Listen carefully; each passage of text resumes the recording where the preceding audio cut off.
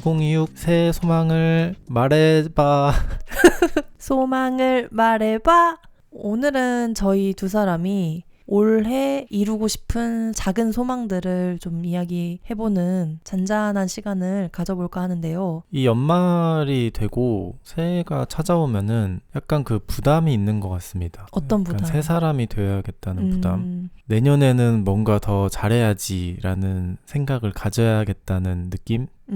그게 이제 많은 사람들이 뭐 연말 회고를 한다든지 새해 다짐을 공유한다든지 뭐 새해는 이루고 싶은 게 있어요? 뭐 이런 질문을 나누다 보니까 그냥 이대로가 좋은데요? 뭐 어제처럼 그냥 오늘도 살고 싶은데요? 라고 하면은 약간 재미없어지는 듯한 느낌도 있어요.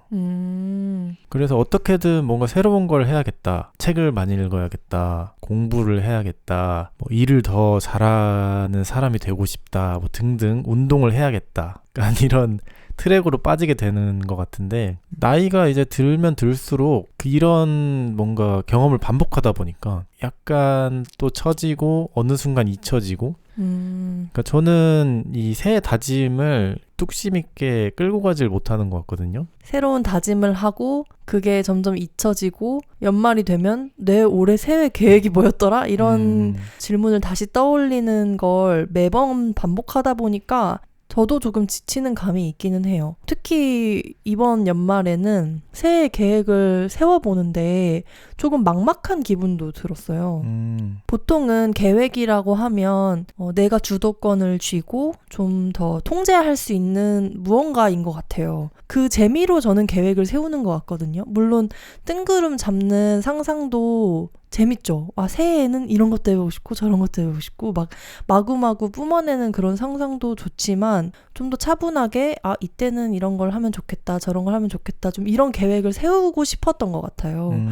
지난 방송을 들으신 강소파 친구분들은 모두 아시겠지만 2026년에는 고요라는 새로운 가족을 맞이할 준비를 하고 있잖아요. 근데 그 출산과 육아라는 전혀 겪어본 적도 없고 가까이서 본 적도 없는 어떤 현실을 마주하게 되니까 뭐랄까 그 어떤 계획도 무의미하게 느껴진다고 해야 될까요? 내가 지금 무슨 계획을 세워도 그대로 될 것 같지 않다. 좀 더 중요한 일들에 이 계획들이 분명 밀리게 될 것 같다. 그러면 나는 어떤 마음으로 새해를 맞이해야 할까? 이런 생각들이 좀 많아서 연말에 책상 앞에 앉아있던 시간이 좀 길었던 것 같습니다. 그래서 저는 그 새해 계획이라고 하고 싶지 않고 소망이라고 하고 싶은 것 같아요. 약간 좀 부담을 덜어내고 어찌됐든 또 새해가 되면은 어쩔 수 없이 약간 도전을 하고 싶은 생각? 더 나은 사람이 되고 싶다는 이 애벌레에서 나비가 되고 싶다는 그 마음이 생기는 것 같아서 그거를 좀 원동력으로 잘 사용해서 내가 진짜 어떤 사람이 되고 싶은지 어떤 소망이 있는지를 좀 점검해보는 대화? 네, 그 정도 아주 좋은 것 같습니다. 저도 이때쯤은 이거 하고 싶고 저때쯤은 저거 하고 싶고 하는 거창한 계획보다는 2026년 1년을 살면서 이런 장면이 내 삶에 있으면 연말이 됐을 때 참 즐겁겠다. 올해도 꽤 괜찮았구나 싶겠다. 그 정도의 마음으로 여러 생각들을 정리해 왔습니다. 일단 각자 소망을 5가지씩 준비를 했는데 하나씩 이야기하는 게 좋을까요? 좋아요. 하나씩 돌아가면서 얘기를 해보죠. 그러면 저부터 한번 해볼까 싶은데 첫 번째는 제가 이렇게 적었어요. 고요의 탄생, 하지만 함정에 빠지면 안 된다. 무슨 함정이지? 아이가 세상에 나오고 내가 정말 부모다, 이제 아빠다 이런 말을 들으면 이제 부양해야 할 아이가 있으니 뭐 돈을 더 많이 벌어야 된다. 뭐 일을 좀 더 열심히 해야 한다. 뭐 아기가 있으니 뭐 어쩌고 저쩌고 하는 말들이 좀 있잖아요.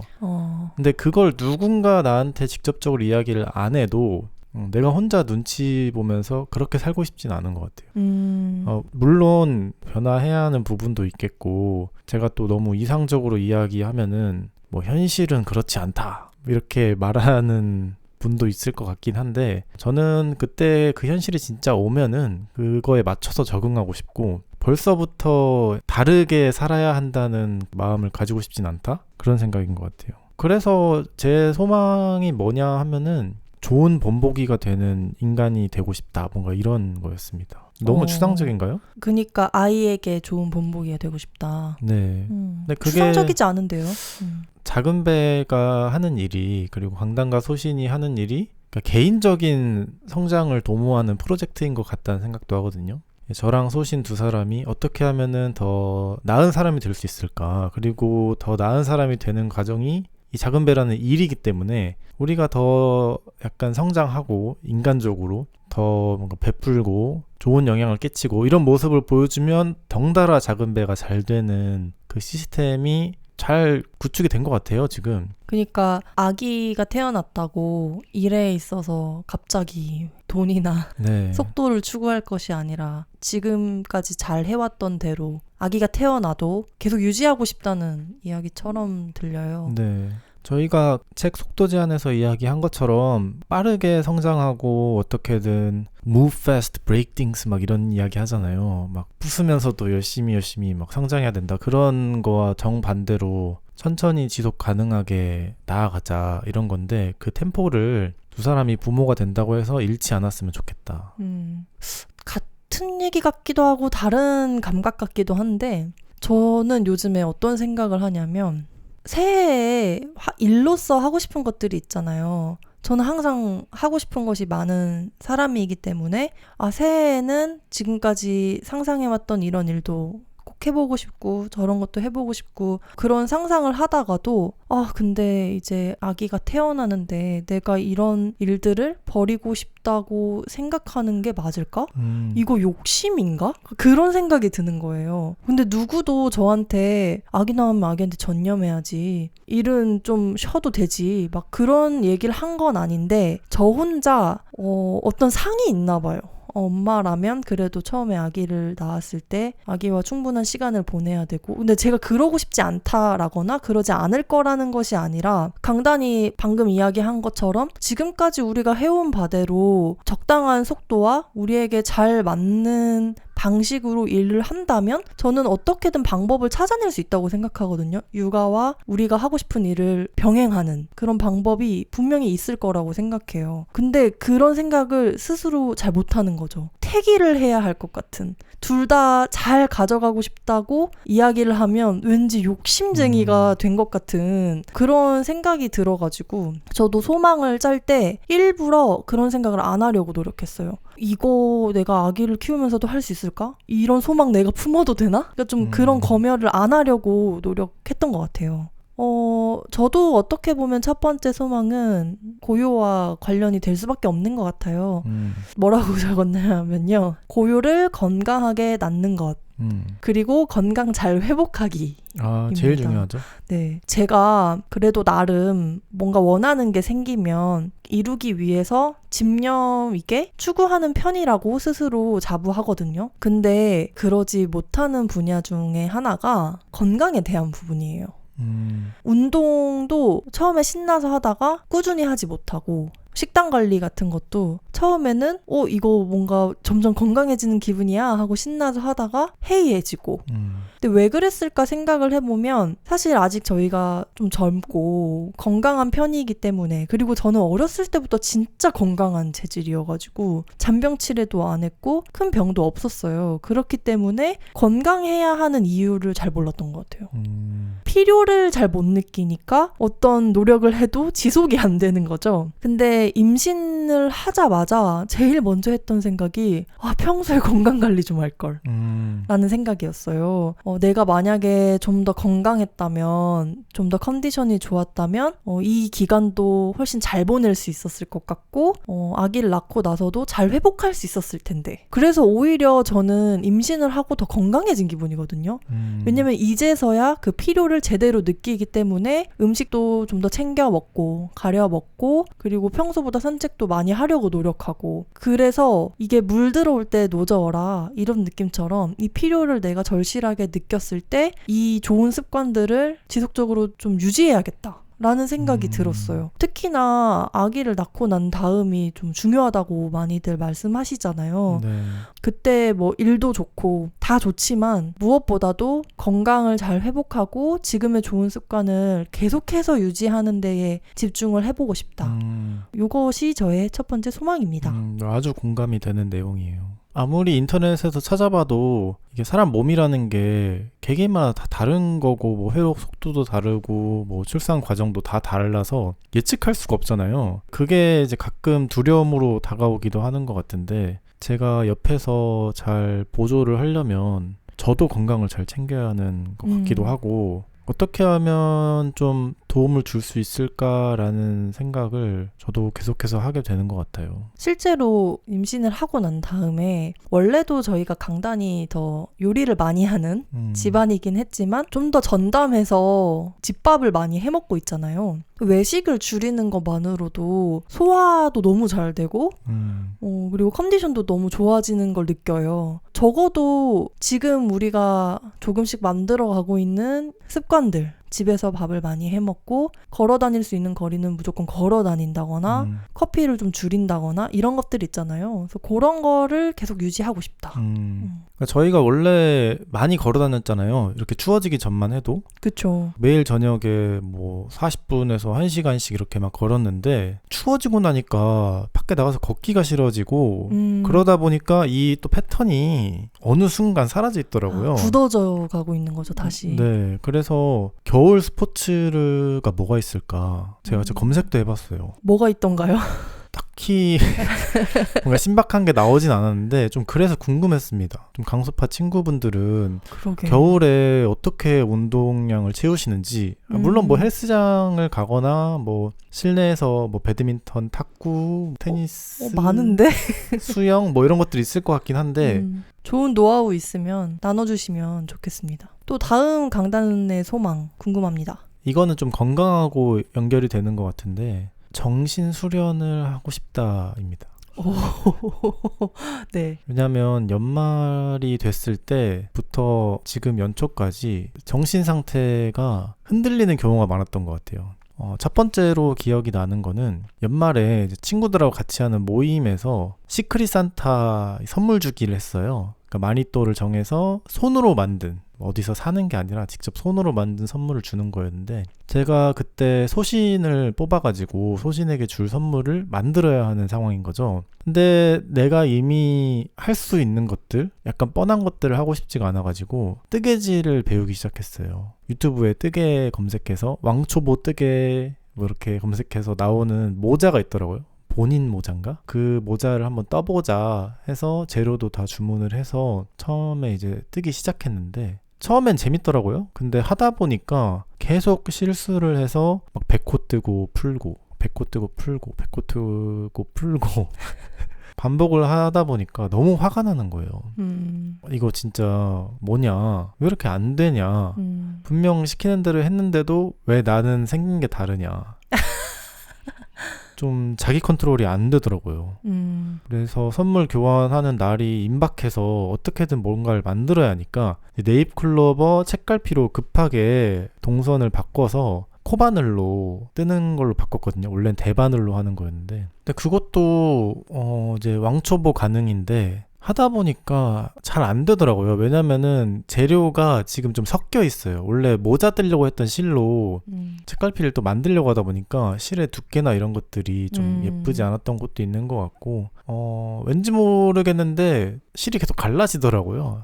이게 내 실의 문제인지 아니면 나의 문제인지 아마도 나의 문제일 확률이 높아요. 근데 이것도 그래서 막 며칠 동안 하다 보니까 이게 내가 잘 못하는 거를 했을 때 내가 원하는 대로 되지 않았을 때 그때 좀 내가 이성을 잃는구나. 너무 이렇게 화가 난다. 막 소리를 지르고 이런 게 아니라 그냥 무기력증에 빠지고 약간 우울해지고. 그래서 제가 그때는 강단이 뽑은 사람이 전 걸 몰랐잖아요. 그런데도 그냥 선물 만들지 마라.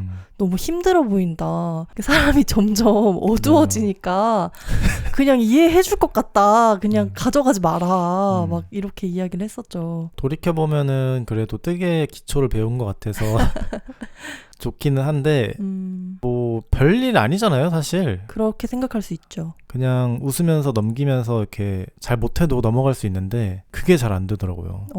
그래서 내 멘탈이 좀 약하구나. 뭐 내가 뭘 했을 때 특히나 이제 소신이 가까운 사람이 뭐 별로야 뭐 이렇게 이야기했을 때 내가 그거를 좀 너무 과잉 반응을 하거나 너무 또 개인적으로 받아들이거나 그러면서 나를 좀 무너뜨리는 그게 연말 연초에 좀 반복이 되다 보니까 되게 별로더라고요. 이거는 좀 내가 수련이 부족해서 그런가 보다. 근데 정신수련을 그럼 어떻게 하면 좋을까요? 저도 고민 중이에요. 이걸 어떻게 해야 될지. 뭐 어디 폭포수에 가가지고 폭포라도 때려 맞아야 하는지 잘 모르겠는데, 또 겨울이 되고 약간 겨울잠 자듯이 약간 둔해지니까 그것도 영향이 있는 것 같아서 좀 더 삶에서 좀 활기를 되찾고 뭐 명상을 하든 아니면 간단한 요가를 하든 가만히 조용히 뭐 음악 감상을 하든 약간 정적인 시간이 나에게 필요한 걸 수도 있겠다. 여러 가지 좀 시도를 네. 해보는 26년을 가지고 싶습니다. 좋습니다. 좋습니다. 저는 진짜 진심으로 응원하는 게 저희 두 사람이 같이 붙어있는 시간이 많기 때문에 한 사람의 기분에 나머지 한 사람이 영향을 받는 날이 참 많은 것 같아요. 한 사람이 기분 나쁘면 이제 작은 배가 돌아가질 않아요.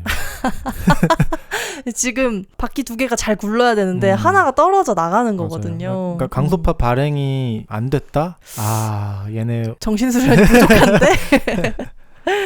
저의 다음 소망은요, 한 달에 하나 바느질 작업물을 만들고 싶다입니다.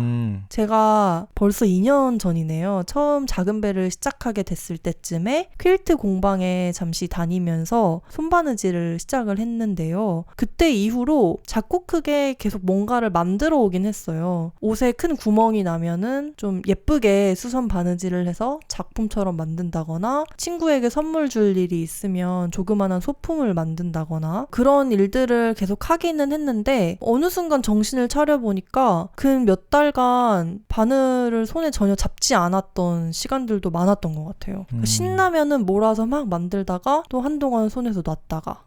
그런데 제가 이런저런 개인 창작을 할 때 글도 쓰고 그림도 그리고 해봤지만 바느질만큼 저한테 잘 맞는 창작이 없었던 것 같아요. 왜 그럴까요? 몇 가지 요소가 있는데, 첫 번째는 일단 손을 쓰는 거. 저는 손을 쓰는 작업을 할 때 가장 집중을 잘 하는 것 같아요. 두 번째는 저는 완전 평면 작업을 하면은 조금 지루한 것 같아요. 그림을 그린다 이런 거. 그냥 평평한 곳에 뭔가를 그리는 거는 좀 상상력도 잘 발휘가 안 되고 저는 조금 금방 지치는 것 같은데요. 근데 퀼트나 바느질 작업은 입체적인 작업이잖아요. 도안도 짜야 되고 천 같은 진짜 손에 만져지는 어떤 재료들도 골라야 되고, 그런 것들이 좀 저에게 재미 포인트가 아닌가 싶어요. 근데 지금까지는 매번 필요한 게 있으면 만들었거든요. 선물을 줘야 한다거나 아니면 누군가가 수선을 부탁한다거나 그럴 때만 했는데, 올해에는 제가 만들고 싶은 것들을 좀 더 만들어 보고 싶다 라는 생각이 들어서 지금 계획하고 있는 것들은 키링을 만들어 본다거나 퀼트로, 그리고 또 저희가 살고 있는 집에 베란다에 들어가는 문을 저희가 큰 천으로 가리개처럼 쓰고 있는데, 그러니까 어떻게 보면 커튼처럼 쓰고 있는 거죠. 근데 그게 좀 질려가지고 거기에 걸어둘 작업물을 만든다거나, 요런 제가 원하는, 제가 쓸 것들, 요런 거를 올해는 좀 꾸준히 만들어 보고 싶어요. 바느질로 작품을 만드는 것도 멋있는데 그 수선을 할 수 있는 능력이라는 게 아주 좋은 것 같아요. 뭐 수선집이 있어서 가서 맡겨도 되기는 하는데, 그거를 직접 수선했을 때 그 오는 만족감과 이 옷에 대한 애정이 더 커지는 것 같거든요. 저도 몇몇 옷들이 지금 빵꾸 나가지고 소신이 이렇게 멘딩을 해줬잖아요. 네. 그 하나는 긴 이제 티셔츠인데 그것도 한 13년 입었던 건데 구멍이 크게 나서, 보통 이제 그렇게 오래 입고 구멍 났으면은 이거는 버려라 이렇게 이야기할 수 있는데, 아주 예쁘게 고쳐졌다 보니까 요즘 계속 그걸 입게 되더라고요. 그리고 얼마 전에는 친구가 헤드셋을 쓰는데 그 헤드셋에 마감이 가죽으로 되어 있는 경우 있잖아요. 근데 그 가죽이 살짝 얇은 가죽? 근데 헤드셋 같은 경우에는 머리에도 많이 닿고, 그리고 목에 걸치면 이제 목 뒷부분 피부에도 닿기 때문에 오래 썼을 때 그 가죽이 조금씩 벗겨지는 거죠. 그래서 계속 벗겨져가지고 막 몸에 묻는다고, 요걸 혹시 수선해 볼 수 있겠냐 하고 저에게 줬었어요. 제가 좀 오랜 시간에 걸쳐서, 다른 것도 막 같이 하느라 오랜 시간에 걸쳐서 천을 덧대가며 걔를 수선을 했는데 너무 마음에 드는 거예요. 그러니까 이 수선이라는 것도 실용적인 효용도 있지만 내가 원하는 대로 얘를 또 한번 바꿔 나가는 거기 때문에 거기에서 오는 만족도가 참 크더라고요. 저는 이 바느질이 또 좋은 게 이게 단순히 예술 같지 않고 실용적인 면이 있어서 또 좋거든요. 맞아요. 제가 또 작년에 미싱을 배워보겠다고 무턱대고 당근으로 미싱도 하나 샀잖아요. 작업실에 지금 둔 상태인데 손바느질을 좀 올해는 넘어서 미싱도 같이 접목해가지고 이것저것 만들어 볼 수 있지 않을까. 이제는 좀 큰 것도 만들어 볼 수 있지 않을까 생각을 해보고 있습니다. 강단의 다음 소망은 무엇인가요? 세 번째 소망은 다양한 요리 해먹기입니다. 요거는 한 연말부터 실천을 하고 있는데 집에서 음식을 많이 해먹기는 해도 이제 비장의 요리들이 몇 가지 생기면은 그것만 계속 하게 되는 것 같거든요. 매콤 갈릭 파스타가 너무 맛있어. 그럼 그것만 생각날 때마다 하거나 토마토 닭볶음탕을 했는데 그게 너무 맛있어 하면 그것만 하고, 근데 그 레시피들이 딱 자리를 잡기 시작하면서 약간 빙빙 도는 듯한 느낌이 드는 거예요. 좀 새로운 시도를 하고 싶다. 왜냐면 요리를 하는 과정도 좀 새로운 걸 해야 즐겁잖아요. 그래서 좀 과감한 시도를 하고 싶다. 이런 생각을 하면서 저희가 최근에 안 사던 식재료들도 막 사서, 고수도 마트에 가서는 잘 안 샀었는데 최근에 고수도 사서 뭐 고수 샐러드도 해먹고, 월남쌈에도 넣어 먹었잖아요. 네, 월남쌈도 요즘 좀 자주 해먹고, 집에서 생선구이도 잘 안 했는데 생선도 구워 먹고, 그리고 고등어 솥밥 막 이런 것도 해먹고, 처음 해보는 것들을 하니까 맛도 좋고 진짜 외식하는 느낌이 들어서 너무너무 좋더라고요. 그래서 어떤 시도를 해볼 것이냐. 제가 안 해본 게, 빵은 계속 굽지만 면을 안 해봤거든요. 오. 그래서 생면을 한번 뽑아보자. 대박. 네, 근데 생면을 뽑으려면 또 기계를 사야 할 수도 있잖아요. 그 파스타 기계, 생면 기계. 네, 근데 그것까지 사는 거는 지금 우리 살림에 약간 또 짐이 느는 거니까 그거 없이도 만들 수 있는 것들이 있잖아요. 손으로 만드는 것들. 그런 것들 좀 찾아봐서 생면 파스타를 해보든지, 아니면은 뭐 칼국수를 한번 뽑아본다든지, 이런 시도 너무 재밌을 좋은데? 것 같다는 생각이었어요. 왜냐면 면은 무궁무진하잖아요. 그리고 저희 집에 강단이 빵을 굽기 때문에 밀가루가 항상 많잖아요. 네네. 그래서 있는 식재료를 또 활용하는 거인데다가 맞아요. 저희 두 사람 다 면 요리를 너무너무 좋아하고, 네. 전 진짜 생면 너무 좋아하거든요. 옛날에 하고 또 실패했던 게 그 또띠아 만들기거든요. 맞네. 근데 또띠아도 그 눌러주는 기계가 있으면 참 편하긴 할 텐데. 저희는 밀대를 사죠. 밀대. 네, 근데 밀대로 옛날에 해보니까 잘 안 되더라고요. 그래서 그 눌러주는 기계 정도 하나는 뭐 가격이 괜찮다면 살 수도 있겠다라는 생각. 또띠아만 만들 수 있어도 또 그걸로 이것저것 많이 싸먹을 수 있을 것 같아가지고. 너무 맛있겠다. 네. 그 음식을 연말부터 좀 다양하게 해 먹다 보니까 너무 좋은 게, 이게 같은 거를 먹다 보면 외식 생각이 나요. 오늘 또 어차피 그거 먹을 거면 오늘은 나가서 먹을까? 그러니까 이런 생각이 드는 거죠. 아니면 뭐 시켜 먹을까? 그리고 하는 사람도 요리가 좀 점점 재미가 없어지니까 하기 싫잖아요. 그러니까 한 사람이 시켜 먹자고 하면 냉큼 그러자 이렇게 해버리게 되는데, 새로운 걸 먹다 보니까 밖에서 음식을 사 먹고 싶다는 생각이 정말 잘 안 들더라고요.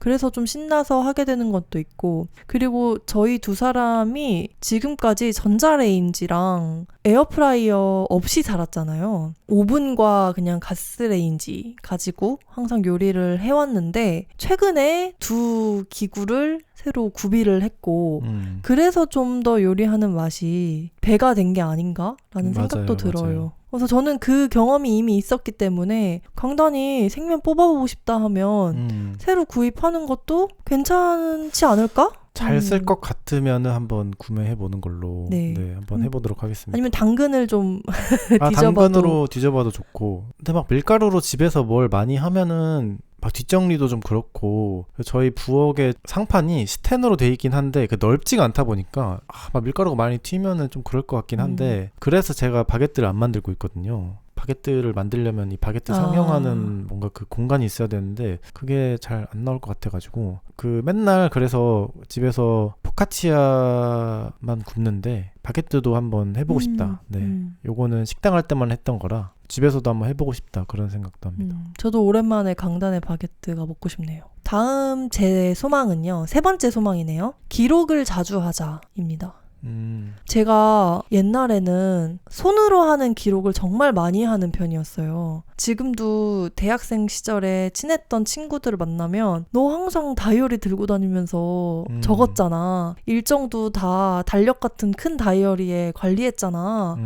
저도 잘 기억나지 않는 저의 그런 모습들을 이야기해주곤 하거든요. 그러니까 그만큼 그게 어떤 저의 시그니처 모습이었던 거죠. 근데 점점 캘린더라거나 다이어리 기록 같은 것들을 온라인에 하기 시작하면서 손으로 하는 기록을 많이 안 하게 됐고 또 그런 디지털 기기랑 또 멀리하는 삶을 살려고 하다 보니 아예 기록을 점점 안 하게 되는 그래서 작년에는 기록 자체의 양이 엄청나게 줄었고 그나마 꾸준하게 했던 것이 창작하는 아침 아카이브 웹사이트에 동료님들과 나눠볼 창작 일지를 쓰는 거였던 것 같아요. 그거 하나는 그래도 꾸준히 했지만 나를 위한 기록은 진짜 안 했더라고요. 근데 저희가 작년 말, 그러니까 12월 말에 구상중이라는 스튜디오를 운영하시는 갱진님과 손책만사 워크숍을 진행했잖아요. 이 손책만사 워크숍이 손으로 책 만드는 사람들의 줄임말로 제가 하고 싶어가지고 기획한 워크숍인데 그 첫 번째 회차로 새해에 쓸 노트 만드는 시간을 가졌어요. 그러니까 연말이기도 하니까 다 같이 모여서 내년엔 내가 뭘 기록하고 싶은지 좀 상상해보고 그걸 노트로 구현해보는 그런 워크숍이었는데요. 그때 제가 2가지 노트를 만들었거든요. 첫 번째 노트가 소비 창작 노트예요. 저희가 강소팟에서도 많이 얘기했는데 평소에 내가 소비하는 것들보다 창작하는 것이 더 많았으면 좋겠다. 그러니까 창작하는 사람으로 살고 싶다. 이런 메시지를 자주 전하잖아요. 근데 정신을 잠깐 놓고 편하게 지내다 보면 넷플릭스도 소비하고 물건도 소비하고 새로운 공간에 가서 시간을 보내며 그 공간과 시간을 소비하기도 하지만 그러다가 뭔가 새로운 걸 만들어내진 않는 그러니까 소비만 하면서 1주일, 2주일이 이렇게 휙휙 가버리는 그런 시기도 있었던 것 같아요. 그래서 그 노트에는 2개의 칸이 있는데 왼쪽 칸에는 그 주에 내가 소비한 것들을 적고 또 오른쪽 칸에는 그 주에 제가 창작한 것을 적는 거죠. 그래서 항상 내가 소비한 것보다 좀 창작한 것이 많았으면 좋겠다. 이런 마음으로 그런 걸 기록할 노트를 만들었어요. 그리고 또 한 가지 노트는 한 줄만 육아 노트라고 해서 고요가 태어나면 그래도 그 아기를 키우는 과정을 간단하게 기록하고 싶은데 대단한 걸 쓰려고 하면 못할 것 같은 거예요. 중간에 그만둘 것 같은 거예요. 그래서 하루에 그냥 한 줄만 쓰자. 그냥 그날 느낀 거 딱 한 줄만 기록해보자 라는 마음으로 한 줄씩 365개 정도 있는 그런 또 노트를 만들었어요. 그래서 내년이 아니죠. 올해죠 이제.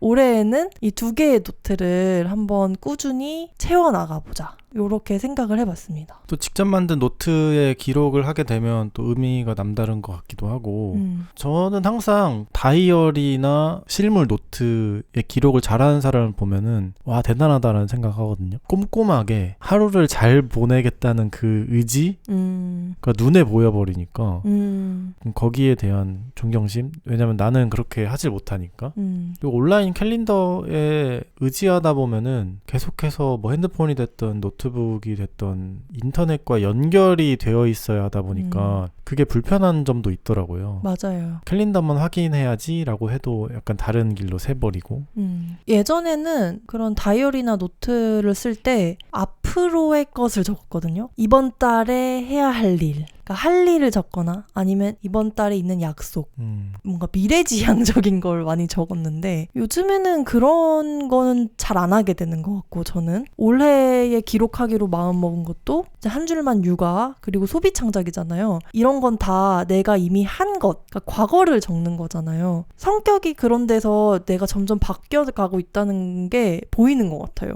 예전엔 좀 미래지향적이고 그랬다면 열정이 있고 야망이 있고 그랬다면 요즘에는 내가 차곡차곡 해온 것들을 잘 눈에 보이는 방식으로 쌓아보고 싶다. 그런 욕심들이 생기더라고요. 하시더라고요. 근데 작년에 정말 많은 즐거운 순간들이 있었고 기쁜 순간들이 있었는데 연말에 차근차근 한 해를 돌아볼 때야 비로소 그런 순간들이 있었다는 걸 다시 깨닫게 되는 거예요. 와, 이런 걸 내가 진짜 잊고 있었다니. 나는 정말 파렴치한이다. 감사한 줄 알고 살아야 된다. 나는 정말 복이 많은 한 해였구나. 그런 거를 나중에야 깨닫는다는 게 좀 아쉬웠어요. 매 순간 내가 어떤 시간들을 지나고 있는지 그런 것들을 좀 더 알뜰살뜰하게 챙기고 싶다. 저는 또 다음으로는 제주 북페일 2회를 잘 해보고 싶다라고 썼거든요. 작년, 이제 드디어 작년이라고 말할 수 있는데 작년에 했던 제주 북페일 1회가 너무 재밌었고 성공적으로 잘 했어서 2회를 지금 준비하고 있는 초기 단계인데 일단 어디에서 할지 뭔가 장소도 정해지지 않았지만 여러 가지 좀 소통을 하고 있는, 근데 이 행사를 같이 만드는 사람들과의 관계도 너무 좋고 시너지도 좋고 그리고 제주에서 진짜 많은 사람들이 찾아올 만한, 제주도에 살지 않더라도 그런 행사가 꾸준히 열렸으면 좋겠다라는 마음이 있어서 그런 걸 우리가 함께 만들 수 있으면 얼마나 좋을까. 그러니까 제가 고향이 전주다 보니까 이제 전주 국제영화제를 어릴 때부터 보면서 자랐는데 국제영화제 시즌에 전주에서 느껴지는 활기가 남다르거든요. 다른 날과는 진짜 비교가 안 될 정도로 뭔가 그런 쏠림 형상이 뭐 좋다 뭐 이런 거라기보다는 그때 느껴지는 그런 활기를 보면서 이런 문화 행사 하나만으로도 이 도시 전체가 이 분위기가 바뀔 수 있다는 게 너무너무 좋은 일이라고 생각하고, 이렇게나 많은 사람들이 전국에서 영화를 보겠다고 와서 영화를 보고 영화에 대해서 대화를 나누고 막 이런 게 너무너무 좋은 거죠. 근데 뭐 우리가 국제영화제를 만들겠다는 거는 아니지만 아트 북페어, 진짜 전 세계 누구나 와도 재밌게 즐길 수 있는 그런 책 행사? 그런 거를 만들 수 있을 것 같다. 1회에 그 오셨던 많은 분들이 제주도에 살든 제주도에 살지 않든 너무너무 좋은 피드백을 주셔가지고 2회는 조금 더 크게 그리고 더 많은 사람들과 협업해서 좀 신나는 행사를 만들어 보고 싶다. 네, 그런 생각이 있습니다. 저는 제주 북페일에 강단이 이렇게 큰 의미를 또 느끼고 있다는 거를 새롭게 알게 됐는데 너무 공감이 되는 것 같아요. 저희 두 사람이 제주에 살면서 우리가 사는 곳에 다양한 문제의식을 갖고 있잖아요. 너무 걷기에 좋지 않은 것 같아.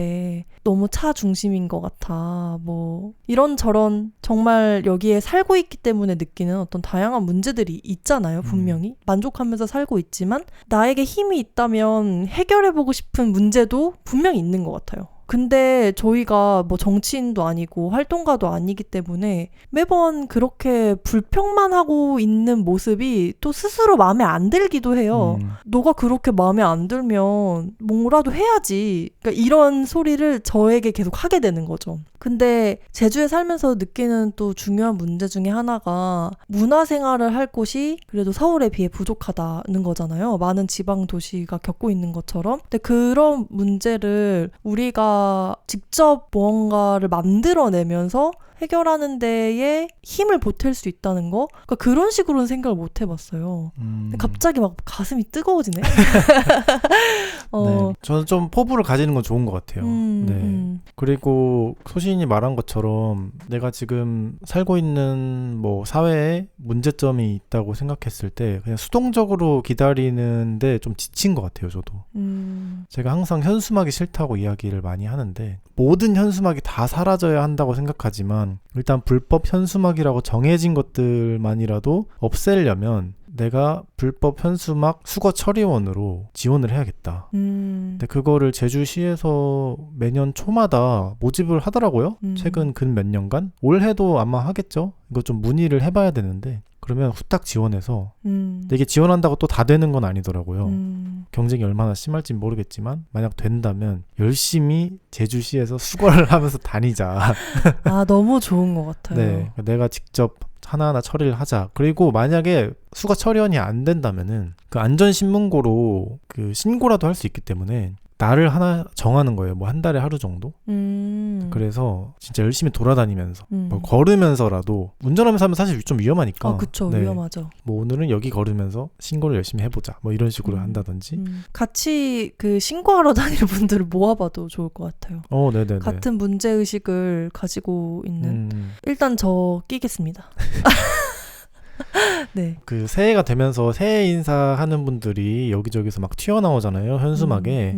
저는 그런 거 볼 때마다 좀 화가 치밀어 올라요. 일단 현수막 자체가 쓰레기이고 한철 쓰고 버려지는 물건이기 때문에 화가 나는 것도 있고, 그리고 그게 진짜 새해 인사가 아니잖아요. 광고잖아요. 자기 자신을 광고하는 건데 강서파 들어주세요 이렇게 하는 거죠, 현수막에다가. 그쵸. 네. 다를 바가 없죠. 근데 길 가다가 내가 계속 그런 광고를 봐야 하는 거예요. 그러니까 그런 것도 열불이 터지고. 네. 그리고 안전에 위험이 될 만한 곳에 현수막을 설치하는 경우가 꽤 있거든요. 너무 많아요. 그런 경우 다 불법 현수막인데 그런 거 봐도 이제 열받고.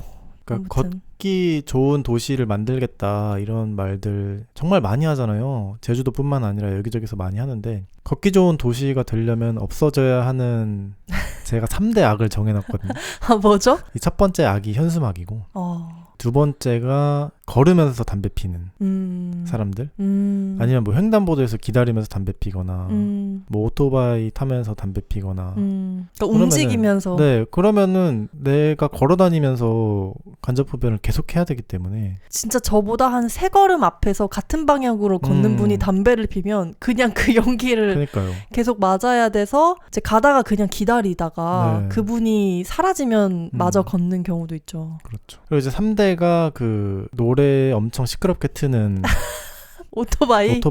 네, 주로 오토바이긴 한데 그 스피커를 설치해 놓으시고, 특히나 그런 분들은 노래를 제일 시끄러운 걸 고르시더라고요. 또 그분들이 이제 쌩쌩 돌아다니시면은 걸어다니면서도 제 걸어다닐 좀 마음이 안 나요. 3대약 맞는 것 같네요. 네. 잘 고르셨네. 다음 제 소망은요, 겨울과 봄철에 탐조 가기입니다. 뭐 이전에도 강소팟에서 탐조 이야기를 한번 했던 것 같아요. 어느 순간부터 이제 산책을 많이 하다 보니 그런 것 같은데, 도심 속에 있는 새들을 계속 관찰을 하게 됐어요. 그러면서 헌책방에서 새에 대한 책들을 좀 모아가지고 새 공부를 하기도 하고 그런 시간들을 혼자 보내고 있었는데, 그렇게 알게 된 게 제주에서는 그 겨울에 탐조하기가 참 좋다고 하더라고요. 그래가지고 몇 달 전부터 올 겨울에 꼭 탐조 갈 거야 이렇게 이야기를 하고 다녔고, 막 주변에 같이 갈래? 막 하고 사람들도 모으고 설레발을 막 쳤는데 정신을 차려보니까 1월인 거예요. 와, 벌써 한겨울이네 싶어가지고 제가 얼마 전에 허겁지겁 쌍안경을 주문을 했습니다. 네. 저희가 12월에 좀 바빴던 것 같아요. 12월에 아까 이야기했던 손책만사 워크숍이 예정이 되어 있기도 했고, 그리고 그 시크릿 산타 선물을 만드느라 좀 지쳤던 것도 있고, 또 무엇보다 그 제주 북페이를 함께 준비하고 있는 그 만들기는 재밌어 만재 친구들과 새해 달력전을 열었잖아요. 새해에 쓸 각양각색의 달력들을 만들어서 전시하고 판매하는 자리였는데, 그거 만들다 보니까 12월이 뚝딱 간 것 같아요. 근데 또 기분 좋게 그 달력전에서 강단이랑 제가 만든 달력을 완판했잖아요. 이렇게 다 팔면서 소소한 수익이 생겨가지고 이거는 개인 용돈으로 쓰고 싶다 이런 생각을 했어요. 큰 금액이 아니기도 하고 내가 만든 창작물로 이렇게 작은 배로서 벌었다기보다 고은비로서 번 돈이라고 느껴가지고 이걸로 뭘 하면 좋을까 하다가 제가 쌍안경을 산 거거든요. 내가 번 돈으로 산 내 쌍안경 이런 느낌인데, 1월에는 진짜 주말에 하루 날을 잡아서 철새 도래지로 한번 탐조를 나가봐야 하지 않나. 이제는 피할 수 없다. 모든 준비는 끝났다. 탐조를 말만 하다가 이제 새들 다 날아가죠. 그쵸. 그러니까 새해에는 사실 아까 바느질 작업도 마찬가지인데, 앞으로 이거 좀 꾸준히 해볼 거야. 이거 좀 잘하고 싶어. 이거 꼭 해보고 싶어 하는 것들을 좀 미루지 않고 하고 싶었던 것 같아요. 그래서 소망을 정하는데 막 난데없이 나타난 소망은 없었고, 항상 마음속에 있었는데 아직도 안 했네? 좀 그런 것들을 제가 소망으로 정해본 것 같더라고요. 근데 그 중에 하나가 탐조인 것 같습니다. 근데 도심 속 탐조 말고 직접 내가 찾아가는 탐조. 제 마지막 소망이 진짜 비슷해요. 어떻게 이렇게 됐는지 모르겠는데 온라인에서 벗어나 보기거든요. 예시로 탐조, 산책, 농구, 육아 이렇게 적어놨어요. 농구는 지금 쉬고 있기는 한데 추워지기 전에 저와 또 친구들이 농구 인내라고 농구 있네. 이렇게 해야 되는 거네요. 네, 작은 모임을 했었는데 그때 아주 짧게나마 열심히 매주 모여가지고 농구를 했었거든요. 근데 그게 지금 날이 추워지고 약간 흐지부지 되면서 운동량도 줄고 그때 워낙 재밌었어가지고 좀 아쉽더라고요. 그래서 올해는 좀 야외에서 농구할 만한 날씨 되면은 농구 인내도 부활을 하고, 그리고 노트북을 제가 워낙 많이 쓰다 보니까 노트북에 인터넷이 연결되어 있으면은 정신이 없거든요. 하고 싶은 것들이 많아지다 보니까. 그래서 노트북 사용할 때 인터넷을 끄고 사용하려고요. 요 며칠 계속 그렇게 하고 있는데 좋은 것 같아요. 왜냐면 제가 쓰는 앱들 대부분이 글쓰기 앱이나 그런 것들인데 오프라인에서 다 작동하는 것들 위주로 쓰고 있어가지고 사실 문제가 없어요. 근데 인터넷 연결을 하면은 뭐 카톡을 본다든지 뭐 이메일을 확인한다든지 뭐 뉴스를 본다든지 이런 거를 하다 보니까 오히려 집중이 잘 안 돼서 그냥 딱 정해진 시간에 집중해서 인터넷 끄고 뭐 글을 쓰든 뭐 기록을 하든 그거 하면 되는 거 아닌가. 노트북은 나에게 있어서 뭔가 공부하거나 기록하거나 사실 둘 중에 하나인 것 같은데 특히나 기록은 인터넷 없이 뭐 똑같이 할 수 있으니까. 맞아요. 같은 맥락에서 작업실에도 좀 자주 출근하고 싶다는 생각을 해요. 저희가 작업실을 따로 두고 친구들과 함께 마련을 해서 공간을 쓰고 있잖아요. 근데 물론 거기에도 와이파이가 설치되어 있고 연결이 되어 있지만 그래도 작업실이라는 그 공간이 주는 몰입도가 있어서 거기에 가면은 손을 쓰거나 노트북이 없어도 할 수 있는 활동들을 좀 찾아내게 되는 것 같아요. 그래가지고 항상 작업실 갔다 온 날에는 자기 전에 오늘 뭔가 뿌듯하다 이런 생각을 했던 것 같더라고요. 그래서 새해에 작업실에 많이 가는 것도 좋을 것 같네요. 맞아요. 작업실에 갈 때 노트북을 안 들고 가는 거죠. 그렇게 해도 될 것 같습니다. 네. 저의 마지막 소망은요. 천연염색 수업을 찾아서 들어보는 거예요.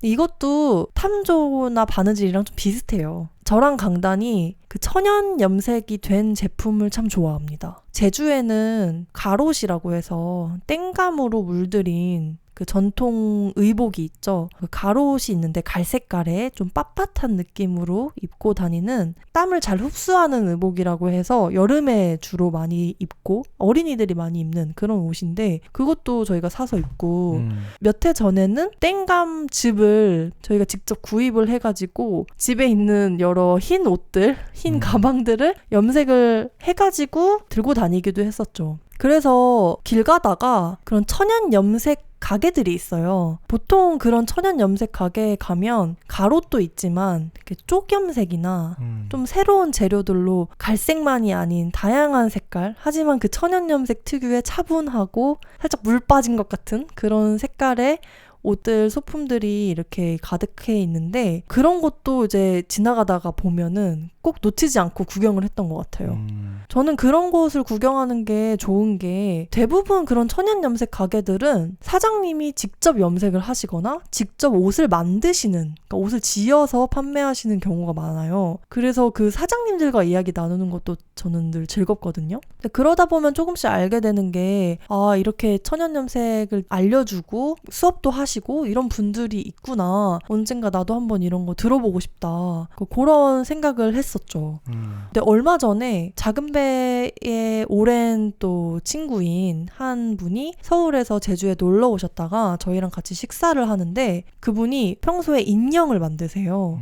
손으로 인형을 만드는 작업을 하고 계셔서 고요에게 줄 말 인형과 여자아이 인형을 선물을 해주셨어요. 근데 그 선물을 받고 신나서 막 대화를 하다가 저도 언젠가 천연염색 수업을 좀 받아보고 싶어요. 들어보고 싶어요. 라고 말을 했는데 그 말을 하는 순간 깨닫게 된 거예요. 내가 이 말을 정말 많이 하고 다녔다. 이제는 진짜 수업을 들어야 된다. 만약에 내가 수업을 듣지 않으면 말만 하는 사람이 되는 거다. 그렇죠. 그 깨달음이 갑자기 그때 확 들더라고요. 아마 제가 그 말을 했던 대상이 말보다 직접 실천을 하고 계신 분이어서 더 그 깨달음이 컸던 것 같아요.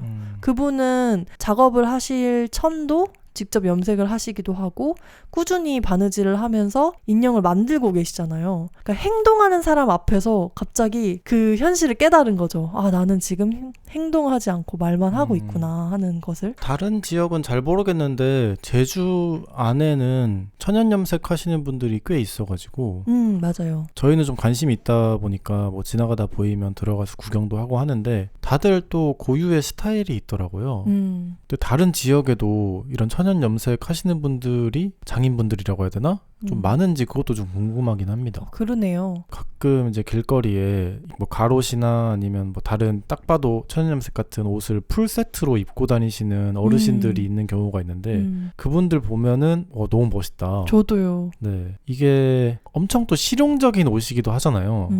그래서 더 좋은 것 같아요. 그러니까 멋도 있으면서 실용적이고 약간 개성도 챙기고 그리고 약간 지역 사람 느낌도 또 나고 그래서 여러모로 되게 좋은 옷이어서 그래서 뭔가 이 두 가지를 조합을 해보는 거죠. 제가 천연염색 수업을 들어서 내가 직접 만든 천으로 손바느질을 해가지고 뭔가를 만들어낼 수 있다면 너무 행복할 것 같은 거예요. 그 이전에도 한번 강소팟에서 그런 꿈을 얘기한 적이 있는데 그 자급자족에 대한 꿈. 막 의식주를 사실 다 자급자족한다는 것은 좀 욕심일 수 있을 것 같아요. 지금 당장은. 그래도 내가 바로 해볼 수 있는 시도들을 할 수 있을 때 저는 자존감이 올라가는 것 같거든요. 꿈이 커다래서 닿지 못할 것 같아도 내가 당장 할 수 있는 걸 조금씩 하다 보면 언젠가는 이루어져 있을 수도 있으니까 그렇게 제가 지금 바로 해볼 수 있는 것 중에 하나가 이렇게 의생활인 것 같아요. 이렇게 내가 직접 천을 염색해서 원하는 대로 또 옷을 만들어보고 옷까지 못 가더라도 좀 소품 같은 걸 만들어보고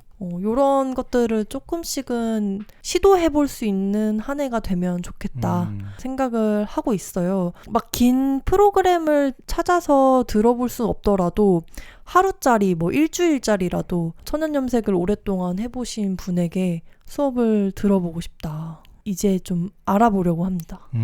이렇게 26년 소망을 이야기해봤는데 이야기할수록 느끼는 게 우리가 바라는 것들이 결국에는 다 건강하게 살기 위해서다. 뭐 그런 생각이 드네요. 뭔가 정신적으로 몸적으로 다. 맞네요. 제가 아까 막 정신수련 이렇게 이야기했던 것도 그렇게 살아야만 내가 하는 창작, 내 일상이 좀 즐거워지고 강소팟도 더 잘하게 되고 내 삶의 이유가 좀 충만해지고 모든 게 다 엮여져 있는 것 같아요. 그래서 여태까지 이야기한 소망들이 막 무조건 이루어져야 돼라기보다는 이 노력하는 것만으로도 좀 긍정적인 영향을 주지 않을까. 맞는 것 같아요. 소망 하나하나가 중요하다기보다 이 소망들이 향하고 있는 방향이 더 중요한 것 같아요. 재밌는 사실은 강단의 소망 5가지 중에도 그리고 제 소망 5가지 중에도 사실 작은 배에 대한 건 없잖아요.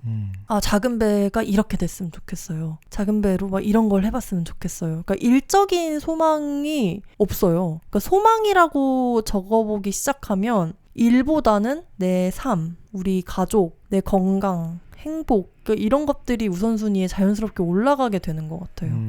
대단한 거를 해내겠다. 엄청난 성과를 이뤄내는 한 해를 보내겠다. 그러니까 그런 마음은 다 지우고 지금 우리가 대화 나누면서 느낀 것처럼 진짜 중요한 것들을 방향성 앞에 딱 세우고 그걸 향해서 조금만 걸어가 보면은 좋겠다. 그 정도면은 충분하지 않을까 생각을 합니다. 강소팟은 96명의 작은배 후원자와 함께하고 있습니다. 작은배 후원에 대한 자세한 내용은 작은배.com, jagunba.com에서 확인할 수 있습니다. 감사합니다. 작은배가 연초부터 서울에 갈 일이 생겼습니다. 서울에 위치한 버드콜에서 팟캐스트 제작에 대한 워크숍을 함께 진행을 해보면 어떻겠냐 제안을 주셔가지고 일사천리로 제안이 들어온 지 얼마 되지 않았는데 일사천리로 기획이 완성이 돼서 지금 워크숍 신청을 받고 있습니다. 5회차로 진행되는 프로그램인데 1회만 오프라인으로 진행하고 2, 3, 4, 5는 온라인으로 진행하는 워크숍이에요. 이름은 홈메이드 라디오인데 이름에서도 느껴지겠지만 이 워크숍을 통해서 뭔가 히트하는 팟캐스트를 만들어보자 라기보다는 진짜 팟캐스트를 시작해서 지속 가능하게 꾸준히 이어가고 싶은 분들이 있다면 그분들에게 좀 도움을 줄 수 있지 않을까? 그러니까 왜냐하면 저나 소신이나 계속해서 강수팟을 하면서 느끼는 게 꾸준히 하는 게 가장 어렵고 가장 중요한 부분이라는 걸 느껴요. 이 팟캐스트라는 게 쌓이면 쌓일수록 이제는 들어주시는 분들이 막 정주행을 했다 이러는 분들도 생기고, 그러니까 돌이켜봤을 때 저희가 잘했다 싶은 부분은 장비를 잘 구비했다는 점. 그래서 어디에서든 녹음을 할 수 있는 뭔가 조용한 공간만 있다면 그 환경을 만들어 놓고 시작을 한 게 참 다행이다, 잘했다라는 생각이 들더라고요. 만약에 우리가 어디 녹음실을 빌려야 했다면 그게 심지어 무료라도 예약을 하고 가서 녹음을 하고 또 집으로 돌아오고 이런 과정 자체가 지속 가능하지 않을 수 있잖아요. 그쵸. 근데 저희는 지금 장비가 다 집안에 있고 녹음할까 하면은 바로 할 똑같이 수 있죠. 네, 우리가 밥 먹는 식탁에서 앉아서 마이크 깔고 노트북만 켜서 할 수 있다는 게 그거야말로 진짜 홈메이드 라디오고, 제가 생각했을 때는 장기적으로 봤을 때 개인이 팟캐스트를 시작한다면 좋은 방향성이다. 근데 이거를 우리가 그래도 유경험자니까 옆에서 도와드릴 수 있으면 좋겠다. 이게 약간 기술적인 부분도 있고, 그리고 우리가 하다 보니 이렇게 하는 게 좋더라, 그리고 요거는 좀 안 해도 괜찮더라, 뭐 이런 소소한 팁들도 전할 수 있고, 또 워크숍을 하다 보면은 또 느끼는 게 진행자가 가르치고 참여하시는 분이 배우고 이런 부분도 있긴 하지만 이 커뮤니티가 만들어진다는 점, 특히나 창작 워크숍이라고 하면은 같은 창작을 목표로 하는 사람들이 모이는 거잖아요. 그것만으로도 내가 해보고 싶다라고 생각할 수 있는 거를 진짜로 해보는 경험을 하기에 아주 좋은 것 같아요. 그래서 여러모로 서울에도 한번 가볼 수 있어서 좋고, 우리가 제주에 있으면서 만나지 못했던 분들에게 좀 다가갈 수 있는 기회인 것 같아서도 많이 기대하고 있는 중입니다. 팟캐스트를 한다고 하면 엄청난 장비가 필요하다거나 비싼 스튜디오를 대여해야 할 것 같다거나, 그러니까 그렇게 생각하기 쉽지만 저는 진짜 집에서 만드는 방송이 팟캐스트 스피릿이라고 생각하거든요. 라디오가 아니잖아요. 그러니까 물론 저희의 워크숍 이름에는 라디오라는 말이 들어가지만 주파수를 가지고 있어야만 송출할 수 있는 그런 방송이 아니잖아요. 팟캐스트는 누구나 만들 수 있다는 게 이 팟캐스트라는 컨텐츠가 가진 정말 중요한 정신인데, 요즘에는 이렇게 팟캐스트 씬을 보면은 연예인분들도 많이 하시고 유튜버 분들도 많이 하시고 뭔가 회사를 가지고 있는 사람들이 많이 하다 보니까 소비자로서는 너무 좋아하지만 내가 직접 만드는 게 의미가 있을까? 이걸 할 수 있을까? 이런 생각을 하시기가 쉬울 것 같아요. 근데 실제로 전혀 그렇지 않다는 거를 좀 이번 워크숍에서 같이 만들면서 많이 느낄 수 있으면 좋겠다고 생각을 해요. 실제로 저희가 그러고 있잖아요. 그리고 처음에는 정말 이거 누가 듣고 있나 싶었지만 2년 반 정도의 시간이 흐른 지금은 그냥 계속했을 뿐인데 강수팟을 들어주시는 분들이 늘고 있다는 거를 직접 체감할 만큼 느끼니까, 강다는 말처럼 팟캐스트에서 제일 중요한 건 지속 가능성이구나. 내가 꾸준히 발행할 수 있는 환경을 집 안에 갖춰서 정말 계속 만드는 수밖에 없구나. 우리가 잘한 건 그거 하나구나. 그러니까 이걸 깨닫게 된 거죠. 그래서 좀 이런 이야기들을 이번 워크숍에서 많이 나눌 수 있을 것 같아요. 저는 또 개인적으로 그 서울에 처음 가는 거거든요. 작은 배가 서울에 출장 가는 건 처음이잖아요. 네. 그러다 보니 그게 좀 설레는 포인트면서도 저희가 지방에 살고 있어서, 제주에 살고 있어서 1회차가 아닌 나머지는 온라인으로 진행하기 때문에 저희처럼 지방에 사는 분들도 이 워크숍을 들을 수 있다고 생각해요. 아, 그렇죠. 네. 그게 좀 장점인 것 같아요. 보통은 서울에서 워크숍이 열린다고 하면 저도 못 가기 때문에 아무리 재밌는 게 있어도 아쉽고 조금 살짝 외롭기도 하고 그런 기분이 드는데, 버드콜은 이미 알고 있던 곳이고, 또 버드콜 운영하는 지수님도 굉장히 멋진 분이라고 이야기도 많이 듣고 실제로 그분의 창작물들을 저도 많이 지켜봤던 사람으로서 같이 협업하는 것도 재밌겠다는 생각이 아주 지금 새해부터 즐거운 요소인 것 같습니다. 맞아요. 워크숍은 1월 20일에 시작을 하고요. 20일부터 매주 화요일마다 진행을 하는데 그 설날에는 쉽니다. 그래서 총 5회차 워크숍이지만 6주에 걸쳐 진행이 돼요. 그래서 워크숍이 끝날 때에는 진짜 내 이름으로 팟캐스트 첫 화를 발행할 수 있게 네네. 좀 도와드릴 생각이고, 신청은 버드콜 웹사이트에서 가능해요. 인스타그램에 버드콜을 검색하시거나 구글 검색창에 버드콜 이렇게 검색하시면 신청 가능한 웹사이트로 연결이 되니까요. 관심 있으신 분들은 한 번씩 찾아서 살펴봐 주시면 감사하겠습니다. 강소파 친구들이 남겨준 댓글을 한번 읽어보겠습니다. 가장 먼저 작은배 방명록에 완님이 남겨주셨는데요. 안녕하세요, 강단가 소신님. 처음 글 남기네요. 정확히 기억나지 않지만 아마 올해 봄쯤인가부터 두 분의 팟캐스트를 듣기 시작해서 강단가 소신님만의 고유한 이야기에 빠져들었어요. 저랑 나이도 비슷하시고 고민도 비슷해서 공감도 가고 두 분의 티키타카가 너무 재밌어서 집안일 할 때, 산책할 때 등등 틈날 때마다 들었답니다. 결국 역주행해서 1화까지 다 들었고 책 내신다길래 얼리버드로 바로 책 구매해서 저도 읽고 친구한테도 하나 선물했어요. 다름이 아니라 아기가 생긴 걸 축하하려고 방명록을 남겨요. 최근에 여행을 다녀왔는데 우즈벡 공항에서 두 분의 미국 여행 소식을 듣고 조지아에서는 새 에피소드 제목을 보고 너무 놀라서 이게 뭐지? 진짠가? 했어요. 와이파이 될 때 다운받아 놓고 이동하면서 바로 들었답니다. 세상에, 새로운 가족이 생기다니. 태어나서 처음 겪는 감정일 것 같아요. 사랑스러운 공주님을 맞이할 생각에 제가 다 기쁘고, 암튼 정말 너무너무 축하드리고 소신님 출산할 때까지, 그리고 출산 이후에도 꼭 건강하셨으면 좋겠어요.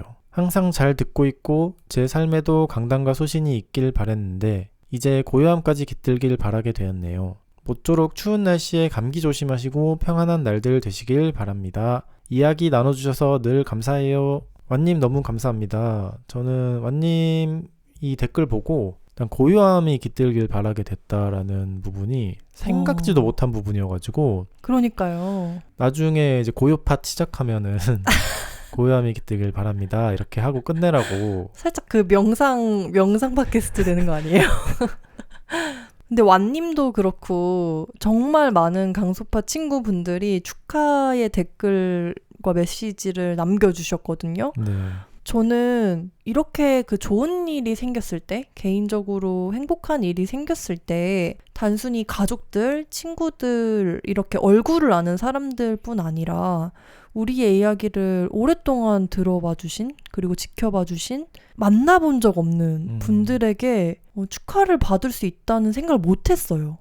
이렇게까지 이 축하받는 기쁨이 클 거라는 생각을 못했어요. 너무너무 감사하더라고요. 정말 자기 일처럼 기뻐해 주시는 게 뭔가 몸둘 바를 모르겠다. 이런 표현을 이때 쓰는 거구나. 정말 정말 감사했습니다. 다음은 금비님이 작은배 방명록에 남겨주신 댓글입니다. 안녕하세요, 강단소신님. 저는 금비예요. 올해를 돌아보는데 1월부터 12월까지 작은배랑 함께 항해한 한 해였어요. 하하하. 우선 2025년 올해의 책을 뽑아봤는데요. 바로 상반기는 가족에 대한 작은 진실 모음, 하반기는 속도 제한, 짝짝짝짝. 그리고 작은배와 함께한 올해의 이모저모입니다. 아침에 일어나자마자 어떤 창작이든 시작하게 해준 창작하는 아침 모임. 같이 창작하는 아침 하시는 동료님들의 일지 보는 재미와 서로 응원하면서 주고받는 에너지가 정말 좋았어요. 제주 북페어에 탈락해서 세상에 태어난, 이름도 너무 마음에 드는 제주 북페일. 북페일에서 구매한 응가 굿즈는 아직도 고이 소장하고 있습니다. 나 이야기 무대 워크숍 공연 때 음향 보조로 참여해서 저도 공연을 볼 수 있어 정말 영광이었어요. 내 이야기를 가지고 무대에 오른 배우분들이 정말 멋있었고 진심이 전해져서 감동이었어요. 매주 글을 쓰고 줌으로 모여 서로의 글을 합평하면서 글쓰기의 희노애락을 느낀 일상묘사 수필합평 모임. 질투를 주제로 무슨 글을 쓸까 고민하다가 제 청소년기를 되돌아보게 한 제2회 작은 진실 공모전. 저는 질투를 주제로 글을 써보려니까 너무 어려워서 글을 쓸까 말까 했는데요. 작품이 255편이나 모였다니 어떤 글들이 모였을까 너무 궁금해요. 내년에 나올 질투에 대한 작은 진실 모음집도 기대됩니다. 올 한 해 꾸준히 항해한 작은 배 덕분에 저도 즐겁게 알차게 한 해를 채웠네요. 감사합니다. 고요와 함께 새로운 변화를 맞이한 그리고 맞이할 강단과 소신님 2026년의 작은 배도 응원할게요. 강단, 소신, 고요, 렛츠고! 이렇게 남겨주셨습니다. 금비님이 25년에 저희와 정말 함께 했네요. 지금 이 댓글을 소리내서 읽는데 작은 배의 회고일지를 보는 것 같은 느낌이에요. 네, 저도 제 나름대로 이제 연말에 올해 뭘 했지라고 회고하면서 사진첩을 이렇게 둘러봤는데 그때 인상 깊었다고 생각하는 그 장면들에 항상 금비님이 같이 있었네요. 그러네요. 네. 새해에도 작은 배의 여기저기에 금비님 같이 끼워주시면 감사하겠고요. 한 해 저희랑 같이 시간 많이 보내주셔서 너무너무 감사합니다. 감사합니다, 금비님. 다음은 무한님이 남겨주신 댓글인데요. 2025년은 두 분을 알게 돼서 저한테 정말 건강하고 좋은 자극이 된 한 해였습니다. 이렇게 직접 감사한 마음을 전할 수 있는 창구가 있다는 것도 좋고 후원을 할 수 있는 시스템이 있는 것도 너무 좋습니다. 올 한 해도 잘 부탁드려요. 강단소신님 새해 복 많이 받으시고 또 많이 만드세요. 곧 태어날 고요에게도 축복을 보냅니다. 새해 복을 많이 만들라는 게 너무 좋네요. 네, 이 인사는 저도 처음 받아봤습니다. 많이 만들어 보겠습니다, 무한님. 네, 무한님 혹시 저 이 새해 인사 딴 데서 써먹어도 되나요? 정말 감사합니다. 무한님도 새해에 복 많이 받으시고 많이 만드시면 좋겠습니다. 다음은 버들숨님이 작은배 방명록에 남겨주셨습니다. 소신과 강단님 안녕하세요. 2025년에 작은배 친구가 된 것이 소중하고 감사한 사건이었어서 소신님, 강단님께 감사와 새해 인사를 전하고 싶어 찾아왔어요. 새해 복 많이 받으세요. 올해 2026년에도 작은배와 함께하고 싶어요. 새해 첫날인 오늘도 강소팟을 들으며 걸었답니다. 강단과 소신을 지키며 살아가는 두 분의 이야기를 꺼내주셔서 감사해요. 덕분에 제가 중요하게 여기는 것들을 지키며 살아갈 용기를 얻어요. 이 버들수님도 그렇고 무한님도 그렇고 25년에 알게 된 사이라는 게 믿겨지지 않을 만큼 약간 이 댓글로만 소통을 자주 해도 약간 오랜 인연 같이 느껴지는 것 같아요. 맞아요. 연말에 이렇게 감사한 사람들 그리고 뭔가 뜻깊은 인연이라는 사람들에게 연락을 하잖아요. 이렇게 저희가 작은 배를 하면서 좋은 분들과 연결될 수 있다는 게 아직도 신기하게 다가오는 부분인 것 같습니다. 그리고 이렇게 버들수님처럼 저희의 이야기가 힘이 되었다는 댓글을 받으면 그게 오히려 저희에게야말로 우리가 말을 좀 더 해도 되겠구나 그런 용기가 되거든요. 맞아요. 그래서 더더욱 힘내가지고 새해에도 떠들어 보도록 하겠습니다. 감사합니다. 다음은 윤재님이 남겨준 댓글인데요. 소신 강단님, 늦은 연말 인사와 새해 인사를 전합니다. 2025년 윤재 어워즈에 고마운 사람 부분이 있다면 두 분께 우수상을 드리고 싶습니다. 최우수상은 와이프여야 하기 때문이지요. 제가 글쓰기를 해보고 싶다는 생각이 들자마자 일상묘사를 만나게 된 건 정말 소중한 인연이라고 느껴요. 정답이 없는 창작에 저만의 것을 만들어갈 수 있도록 함께해 주셨다고 생각합니다. 언제나 응원해 주시고 제 창작물을 즐겨주셔서 감사해요. 2026년에도 함께 창작하고 공유하며 응원하고 연대하는 동료가 되고 싶습니다. 잘 부탁드립니다. 새해 복 많이 받으세요. 윤재님은 일상묘사 수필 합평 모임 1기에서 만난 저의 글쓰기 동료이신데요. 그 윤재님이 정말 글을 빠르게 쓰시고 정확하게 쓰시는 그런 작가예요. 그래서 저도 항상 옆에서 보면서 큰 자극을 받고 있고 나도 열심히 써야겠다 이런 생각을 많이 하게끔 도와주시는 분인데 이렇게 또 새해 인사까지 남겨주셔서 너무너무 감사합니다. 저도 25년에 윤재님이 일상묘사를 통해 썼던 글, 또 작은 배에 발행되어 있는 글들이 있잖아요. 네. 그리고 윤재님이 글을 본격적으로 쓰기 시작하면서 또 개인 웹사이트에도 아카이브 하고 계시고 윤재님 글을 굉장히 많이 읽은 25년이었다 이런 생각도 드네요. 맞아요. 네, 즐거웠습니다. 같이 새해에도 건필하면 좋겠습니다. 다음은 스포티파이에 영하님이 남겨주셨습니다. 내년이면 세상에 태어날 고요야. 엄마 아빠가 소신과 강단이라는 사람이어서 정말 좋겠다. 랜선 이모도 고요가 살아갈 세상을 위해 좋은 어른이 될게. 두 분 모두 진심으로 축하드려요. 영아님 랜선 이모는 첫 번째신 것 같은데 네, 첫 이모입니다. 너무너무 감사합니다. 엄마 아빠가 소신과 강단이라서 좋을지는 아이가 이제 직접 판단하겠죠. 네, 당사자 생각은 또 다를 수 있기 네. 때문에 저라면 좋을 것 같아요. 그랬으면 좋겠네요. 네, 저라면 내가 아빠라면 괜찮죠. 다음은 제이선 님이 남겨주셨는데요. 임신 축하드립니다. 산모수첩에 여성만 그려져 있는 게 편모 가정을 배려한 것은 아니겠지만 다양한 상황을 생각했을 때 굳이 또 아빠 역할이 그려져야 하나 싶기도 하더라고요. 아무쪼록 건강히 순산하시길 바라요. 제가 그 방송에서 산모수첩에 그 임신한 여성만 그려져 있는 게 불편했다라고 언급했는데 그 부분을 또 짚어주셨어요. 나 이렇게 생각할 수도 있구나 싶기도 했고 네, 그러니까 저도 생각을 못했어요. 그 부분에 있어서. 그래서 제이슨님 댓글을 보면서 모든 산모를 위해 만들어지는 약간 디자인이잖아요. 그쵸. 이제 그러다 보니까 이제 신경 써야 할 게 굉장히 많기는 하겠다. 우리의 상황에 맞춰서 판단할 필요는 없었구나. 뭐 이런 생각도 했습니다. 네. 그리고 이 댓글을 읽고 여러 가지 생각을 하게 된 게 제가 그 받은 산모수첩 중에 여성만 그려져 있는 게 좀 구형 버전이었어요. 저희가 처음 갔던 산부인과는 분만을 하지 않는 곳이어서 국가에서 만든 산모수첩을 이제 받아다가 그거를 나눠주시는데 이제 소진이 잘 안 됐나 봐요. 그래서 몇 년 전에 만들어진 좀 옛날 모델이었는데 병원을 옮기고 난 다음에는 그 자체적으로 그 병원에서 만든 좀 세련된 걸 주셨거든요. 근데 거기에는 아무도 안 그려져 있었어요. 근데 별 생각이 없었거든요. 거기에 대해. 근데 이런 문제의식 때문일 수도 있겠구나. 아무튼 다양한 생각을 하게 해주시는 좋은 댓글 남겨주셔서 너무 감사하고요. 아, 이게 또 팟캐스트를 하는 보람이구나라는 생각도 좀 들었거든요. 내가 가지고 있는 좀 좁은 생각을 듣고 계시는 분들과 나누면서 좀 넓혀갈 수 있는 것도 너무 좋아가지고 아무튼 너무 감사합니다. 제이손님. 다음은 날다님이 또 스포티파이에 남겨주셨는데요. 세상에 제목 보고 기쁜 마음으로 들어왔어요. 오늘은 축하하는 마음으로 출근합니다. 얼굴 한번 뵌 적 없지만 진심을 다해 축복해요. 덕분에 급 행복해진 하루. 좋은 하루 되셔요.